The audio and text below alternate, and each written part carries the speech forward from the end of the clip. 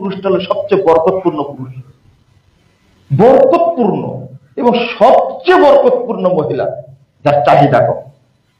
এবার চাহিদা শুরু হলো পরিবারে।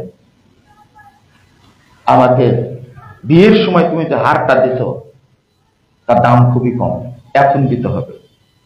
স্বর্ণ দিতে দিতে দিতে দিতে দিতে 60 ভরি শুধু স্বর্ণই দিতে, এরপরে স্ত্রীর মন পায়নি।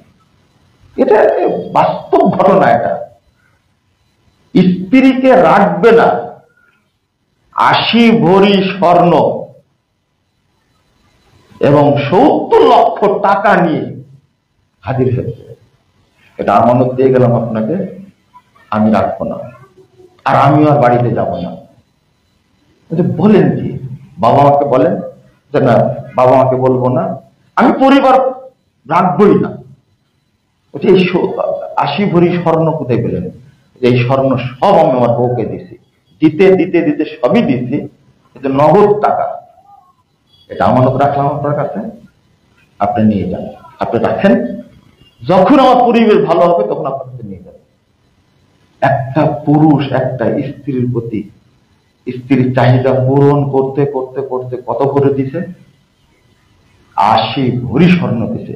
এরপরও পরিবারে সুখ শান্তি নাই। বাবা মাকে ফোন দিচ্ছে, দেখো তো বাবা, আমার ছেলেটা কোথায় গেল? চিন্তা করছেন? 3 দিন থেকে খোঁজ পাইনি। আমি শুধু বললাম আপনার ছেলে মরেনি, আছে, রাত কমলে বাড়ি যাবে। তো টাকাতে শান্তি কিনা যায় না, যায় না।